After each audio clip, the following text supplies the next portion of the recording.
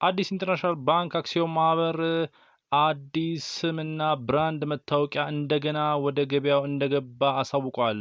ባወጣው አዲስ ስሙ እንግዲህ ምን ብሏል? አዲስ ባንክ ብቻ በሚል መለያ እንደገና በአዲስ መልክ ነው የተዋቀረው። የአዲስ ባንክ ዋና ስራ አስፈጻሚ አቶ ኃይሉ አለሙ በማስታወቂያው ወቅት እንደተነጋገሩት የባንኩን የረጅም ጊዜ ራዕይና ስትራቴጂካዊ ግቦች በማጣጣም የመቀየርና የስም ለውጥ ተደርጓል ብለዋል። የባንኩ የቀድሞ መፈክር የእርሶ የመጀመሪያ ምርጫ ወደ የተቀየረ ለእርሶ ስኬት የታመነ በሚለው አዲስ መፈክር እንደተቀየረ መልእክት ተላልፈዋል።